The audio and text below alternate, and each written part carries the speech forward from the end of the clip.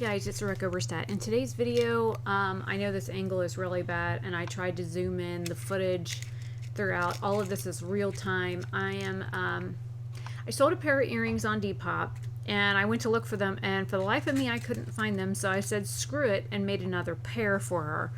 It was a pair of earrings going to a lady that is gifting them to her mother, and so I do not have any way to film like top down or downward facing like some of these other YouTubers and stuff do. I have looked at the setup for it and it's like a couple $100 to do that. I already have some of the pieces to do that, but I need like a specific rocker mount, ball mount kind of thing for it. I need weights for it and a some sort of way to like keep track of what I'm doing and if things are in frame. So basically I start off with 24 gauge sterling silver T-wires, and these are 4mm bicones that are Swarovski crystals, and I am using the colors Peach and AB Clear. I used a 2mm round sterling silver bead finding on the end. These are round nose pliers, and then here are my my standard, you know, needle point pliers that I'm using, and then I'm holding the pieces down with my thumbnail and twisting that wire around it to secure the wire and making a loop at the top at the same time. This is a super easy technique for like making earrings. And then there's usually a little butt piece that I clip off, and I always put my hand over that because there have been times where more than once I go to clip a little piece of metal off of something and it goes flying at you. And I've had it hit me in the forehead, the nose, the cheek, the chin, too close to my eyes for comfort. So I always put my hand over it to clip it. That way the piece doesn't go towards my face. And then you just want to take that little butt piece and secure it down a little bit tighter so that it's closer to the piece that you're working in. Plus you don't want it like sticking out because now it's got a sharper edge on it from being cut. So I just kind of squash it down and smooth it down to where the spiral is that I made.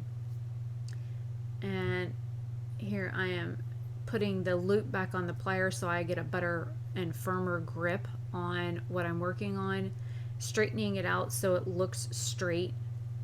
And there's the one piece. Now when you go to open the loops on the post earrings, you don't want to open it out, you want to open it at a side angle, and I'll have to like record a video on how to do this like separately, where you can see exactly what I'm doing. I'm just using my phone. I was recording this at like 2 o'clock in the morning, and I wanted to get the earrings and stuff made for this girl so I could get them in the mail the next morning. You know, and I let her know that I couldn't find the original pair of earrings, so I told her, I said I remade the earrings and I added one little small modification to them, so hopefully your mom likes them, kind of thing.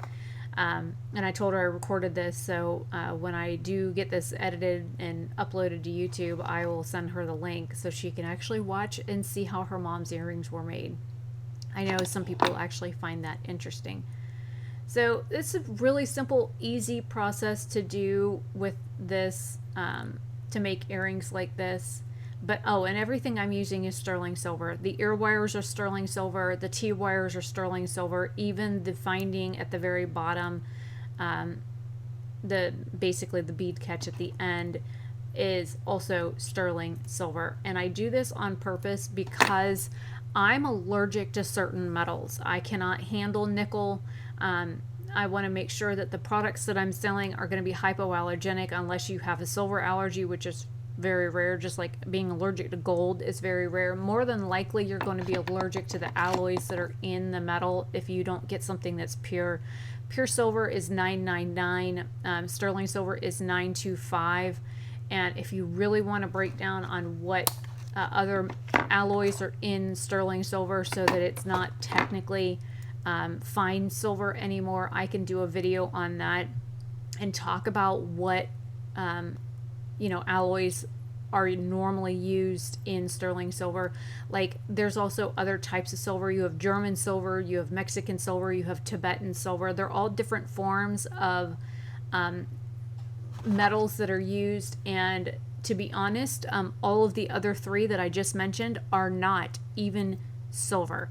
And a lot of people don't know that Mexican silver contains nickel.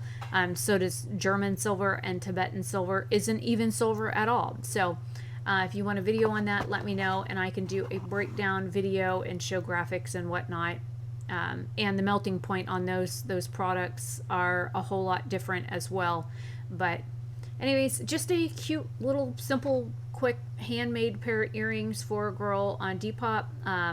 Like I said, I could not for the life of me find where I had put all my post earrings. I've got little boxes and bags and displays and stuff like literally everywhere, and I need to go out there and reorganize everything. And because I was in the middle of like photographing stuff and listing it on the website, there's a lot of things I can't find right now because I kind of have everything everywhere.